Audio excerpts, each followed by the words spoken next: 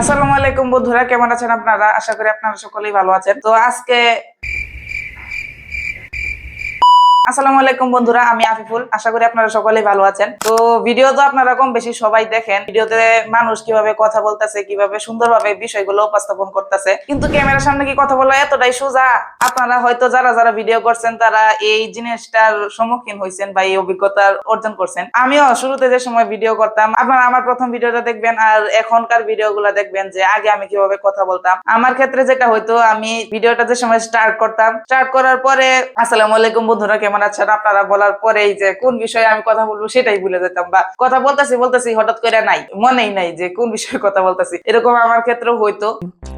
I actually আপনারা হয়তো অনেকে এই অভিজ্ঞতাটা অর্জন করছেন যে কথা বলার মাঝখানে হুট করে ভুলে যান কি বলতেছেন। তো আমারও সেই অভিজ্ঞতা হয়েছে, এবং সেই জিনিসটা কিভাবে আমি উতরায় উঠতে পারি সেই বিষয়েও আমি ঘাটাঘাটি করছি। আর কয়েকটা বিষয় আমি খুঁজে বের করছি যে এই বিষয়গুলো ফলো করলে একটু আরো ইমপ্রুভমেন্ট হবে। আপনারা এখন আমার ভিডিওগুলো দেখবেন যে একটু হলেও ইমপ্রুভমেন্ট হয়েছে। তো এই বিষয়ে আপনাদের সাথে আমি আজকে কথা বলবো। তো আপনাদের সবাইকে আমার চ্যানেলে স্বাগতম। আমি যে সময় আগে কথা বলতাম তখন কিন্তু এতটাও আমি পারতাম না, বা অভ্যাস ছিল না আমার। কথা বলা শুরু করতাম, হঠাৎ করে দেখতাম যে আমি ভুলে গেছি বা বলতে পারতাছি না। তো তখন এই জিনিসটা কষ্ট লাগতো। তো আমি তখন খুঁজে বের করছি যে এই জিনিসটা কেন হয়। আসলে ভিডিও করা বা কথা বলা ক্যামেরার সামনে, এটা যদি অভ্যাস না থাকে, একটা কথা আছে যে অভ্যাস মানুষের দাস, অভ্যাস যদি না থাকে তাহলে তো আর পারবেন না। আর অভ্যাস থাকলেও এই জিনিসটা হয়। তো তখন আর কি আমি কয়েকটা বিষয় অনুধাবন করছি যে এই বিষয়গুলার গ্যাপে হয়তো আমি ভিডিওতে কথা বলতে পারতাছি না সুন্দরভাবে।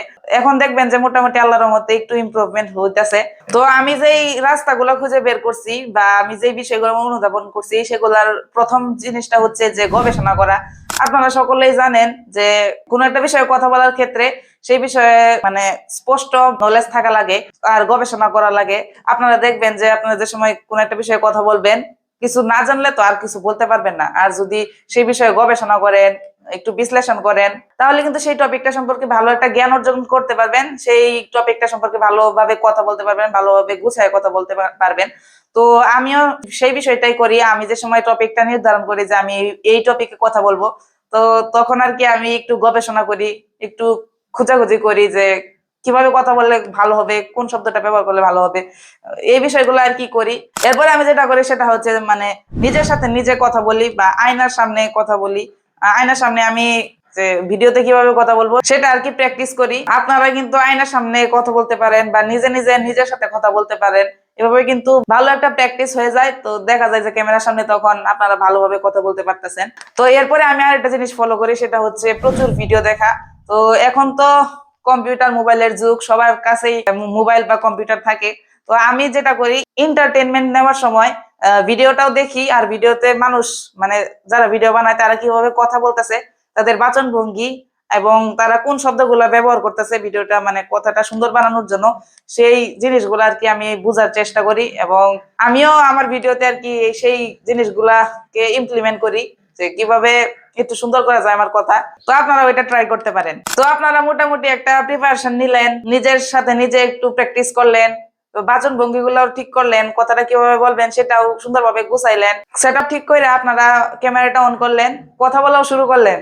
তো কথা বলতেছেন দেখা যায় যে হুট করে একটু শব্দের উল্টাপাল্টা হয়ে যায়, তখন আর কি ভিডিওটা উল্টাপাল্টা হয়ে যায়। যতই ওই ব্যাপারে ধারণা থাকুক না কেন বা আপনারা যতই গবেষণা করেন না কেন, দেখা যায় যে কথা বলার ক্ষেত্রে শব্দের উল্টাপাল্টা হয়েই যায়। এটা স্বাভাবিক একটা ব্যাপার। তো এটা আমারও হয়। তো আমি তখন যেটা করি সেটা হচ্ছে, যে বাক্যটা বলতেছি, যে বাক্যের মাঝে আর কি উল্টাপাল্টাটা হয়েছে, সেই বাক্যটা আর কি আবার আমি রিপিট করি। তাতে করে আর কি দেখা যায় যে এডিট করার সময় আমার জন্য সহজ হয়ে যায়, বেশি কাট করা লাগে না। তো এই বিষয়গুলোকে আমি ফলো করি যাতে একটু একটু ইমপ্রুভমেন্ট করতে পারি কথা বলার সময়। তো আপনারাও এই স্টেপ গুলা ট্রাই করতে পারেন আপনাদের কথা বলা সুন্দর করার জন্য। তো আশা করি আপনাদের আজকে ভিডিওটা ভালো লাগছে এবং আপনাদের হয়তো সাহায্য করবে ভিডিওটা। এরকম আরো ইন্টারেস্টিং ভিডিওর জন্য চ্যানেলটা সাবস্ক্রাইব করে দিবেন এবং পরবর্তী ভিডিওর আমন্ত্রণ জানিয়ে আজকের মতো আসসালামু আলাইকুম।